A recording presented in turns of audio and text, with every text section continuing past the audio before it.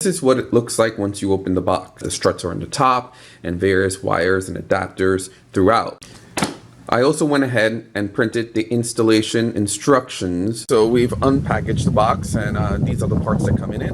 As with any installation, you do want to make sure that you have all the parts before you begin the installation, because nothing's more frustrating than trying to find something that is not there.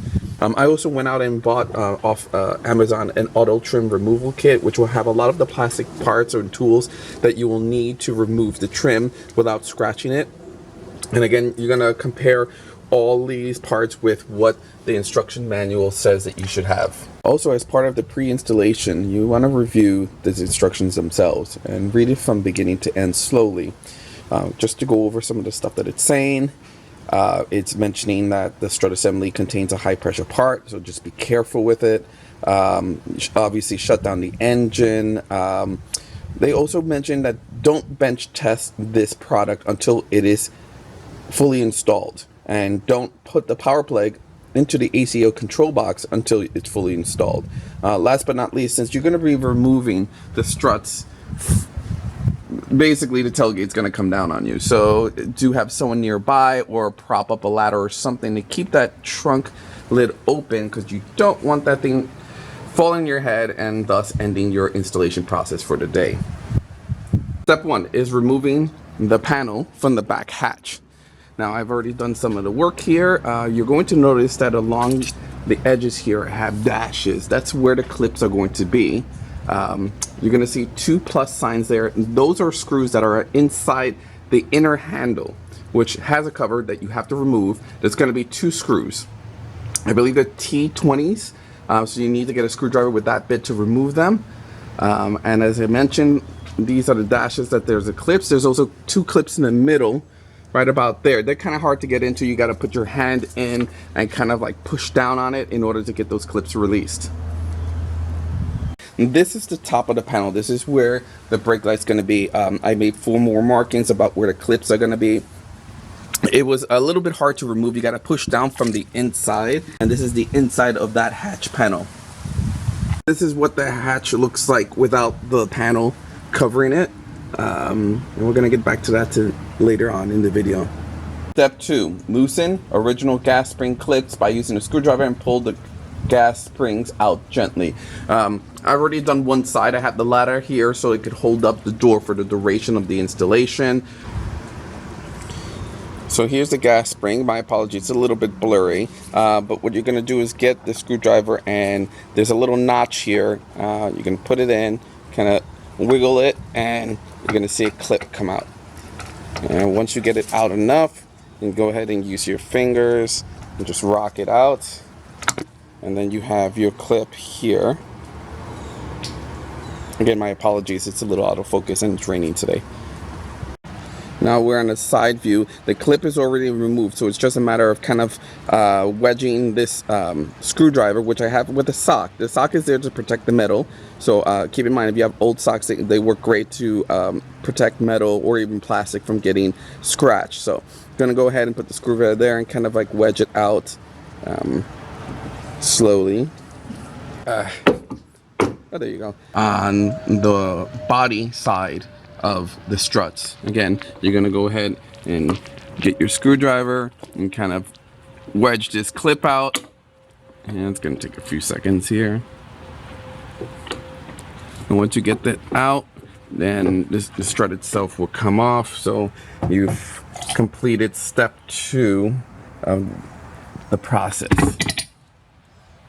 The struts are removed, so now it's on to the brackets. There's one on each side of the door, but I'm only going to show you how to remove one. The other side is exactly the same, and what we're going to do is use a T30 bit is what you're going to need in order to take it off. According to the instructions, you're going to take it off and then flip it. And what I mean by flip it is the top becomes the bottom and the bottom becomes the top.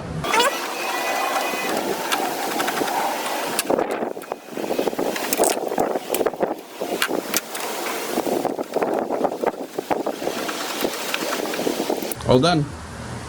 Alright, so the old ball joint is off, new one is on, washer's underneath it, and you're just going to use 12 wrench the 12 wrench to get it all tightened. And I'm going to tighten it a little bit more with my hand. And finally come in with the 12 wrench. Nice and tight. The next step is to get the strut on. Now, cable goes up because it's going to go through the hole that's at the top over there. And you're just going to pop this on, and then the bottom part, of course, will connect to the door. We'll start with this.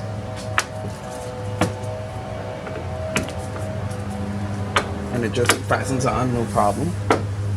And then the second part will go here into that new ball joint there. Now, I'm going to have to put the camera down because I have to lift the tailgate a little bit in order for this to go into it. So I'll get back to you in a second. Alright, so it is now on. As you can see, that my ladder is no longer supporting the door. I'm going to keep it there just in case because one never knows, but it just pops right in. And now we're going to work on getting these cables routed to where they got to go, which is the next step.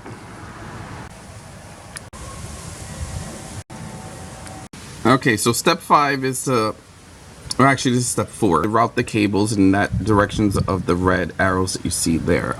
You're gonna have to bring down this panel. There's 2 clips, one here, one there. You also have to bring down this panel. There's also 2 clips, one there and one there. So you're gonna push the cable through that and then grab it. It'll come out about here. Then you're gonna route it like so across, and it's gonna go up and come out here. Now, keep in mind that you also have this connection here that you need to pop up. So this cable is going to go through this tubing here and eventually make its way up into the door panel itself, which I'm going to have to remove in order to route the cables. Alright, so it took me a while, but I was able to get the cables to run through this boot here and come out. I found that it was a lot easier if you wrap the tips here in electrical tape, so that way they stay compact and you're able to just push this through. Now, to take these boots off the frame, one side has a clip, so you just have to kind of push on that side and lift up and it'll come out. And then of course push the wire through this and eventually make its way out. You can also finesse it through the boot with your fingers. So now we're at this point, and on to the next step. Alright, for the next step, you're gonna have to take off the trim up here and the trim to the right. There's 2 prongs here, so you just kind of pull in. Oh, I'm sorry, there's also a toggle bolt here, so you're gonna have to pop that out in order to release it from here. And my apologies that I'm going back and forth, but it comes out, you pull it out, then push it in towards the car, and the side panel will come down. The top trim has actually 4 prongs, and you pull it down. And I'll give you a view of the inside and where you need to route the cable. So this wire actually has an extension cord. There's 2 of them, one for each side. And we're gonna have to now somehow route it through the door frame here and there so they can connect. Again, I'm gonna go ahead and just put electrical tape at the end so it can go ahead and it's just easier to snake through. Again, one side here to connect to that, and then one side here to connect to this one. Alright, so I have one extender up here. On the right side, you would drop in the bigger part, which would be the female connections through the top. But on the other side, you have to use the male, the smaller connections, and go up. And then it'll just peek out there, and you can reach in with either a finger or a needle nose plier and just pull it out. So now I have the 2 connectors for the extension cord here and here. Then I'm now going to hook up to the wire that came from the strut itself. Alright, so the next step is to access the fuse box, which is in this compartment that's underneath the switch. To access the fuse box, you open it up, put your hand in, you're going to feel a rubber or metal plastic thing that you push up, and it'll drop the whole compartment down and it just slides off. The 30 amp fuse that's next to the 40 amp fuse in the second full row from the bottom. So as you can see, that fuse in the middle is missing, so I'm going to go ahead and put the fuse that they gave us. The fuse that they gave us, or given to you I should say, already has a 25 fuse. The 30 is the one that you just pulled out, so you're just going to plug in this into what just came out, like so. And next step is getting the grounding cable grounded. So, and I connected it to this screw that's there using a T30 bit. And you have the cable here that's going to eventually plug into this part, which is the fuse. The cable itself is very long because it needs to route through the trim to the back controller. So we're going to go on to our next step now. As I mentioned before, I'm going to go ahead and route the cable down the footwell and down the floorboards. I was able, with my plastic pieces here, to push the cable between the floor, that part, whatever you call it, and the sidewall, pushing it in and getting it under and then pulling on it so it got in. And just with my fingers, I'm able to run the cable underneath this. It lifts up just enough for you to push the cable underneath it. And I'm going to continue doing that until I get to the end of the car. Now, the instructions do say to drill a hole in the dashboard for the front button. What I did instead is I removed the centerpiece that I had here. And I'm going to run the cable and the button and just put it there. I'll drill a hole through the bezel. And I'll show that later, but the cable itself is going straight down the console. It's going to go underneath the seat and eventually end up on this side where it is now, and I'm going to run it through the floorboard all the way to the back. As I mentioned before, running the cable through this floorboard here, you could do with just the plastic trim pieces and routing it along the door, through the trim on the bottom, and out the back. The ability to co-opt people and entire ships without being detected. The cord itself then comes down here through this trim and up. There's a panel back here that'll help you kind of route the cable along the lines of this weather stripping up along the side there, and now it's going to come across and go up this hose, which is now going to lead to the door. Alright, for the CAN bus, one lead was going to connect to the harness behind the AC unit, and the other is going to connect into the control module in the trunk.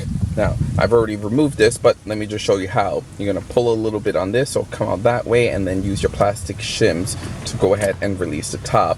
You'll notice that this has a connection at the bottom, which is the hazard light, so I already removed it, but you got to take it off, this plastic part. The AC unit itself has 4 buttons here. You're going to pull on each of them and kind of wedge them out slowly left to right until it finally comes out. And notice 2 harnesses here. They have that red lock. So you're just going to use a regular pick to kind of get that red lock off. And then push down there to remove the harness from the AC unit itself. On the new harness side, you're going to see that you have a male and a female. Obviously, you're going to have the male coming from the car, so this is the OEM going into the female portion, like so. And then you're going to have the male portion go into the female portion that is on the back of the air control module. Now, once it's fully seated, I'm going to route this cable behind the glove compartment through the floor rails here until it gets to the back so I can connect it to the module. Alright, so the CAN bus cable is now connected to the module that is in the trunk. So we're going to now use our key to test the remote control feature, and you should be able to press and hold it down and it'll open and close. Oh, look at that. Let's try to get it open.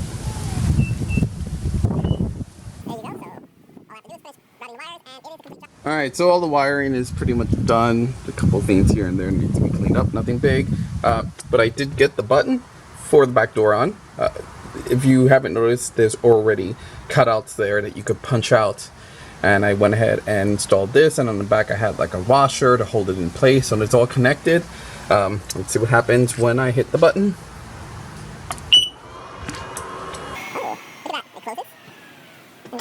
Alright, so we've finished installing the panel on the inside of this tailgate, and now we're going to use the switch on the outside to open it up, and then the switch on the inside to close it. So what I'm also going to do is, as it comes down, I'm going to stop it and see what happens. Okay, now it's going to come down, and I'm going to stop it. Yep, and it stopped. And if I push down, it'll continue going down. Alright, so there you see that the switch on the outside's working, the switch on the inside's working, that it stops if something keeps it from lowering, and then allow you to continue to have it lowered by pushing down on it. Stop. We're gonna check the front button and see how that works for us. I did not put the button to the left of the steering wheel. I didn't like the placement there, but that's a personal preference. Instead, I went ahead and put the button there right next to the shifter on the center console. So go ahead and press and hold it down, and you're gonna notice that the back door is going to open. We'll wait for it to complete opening, and then again press down and hold the button for it to close.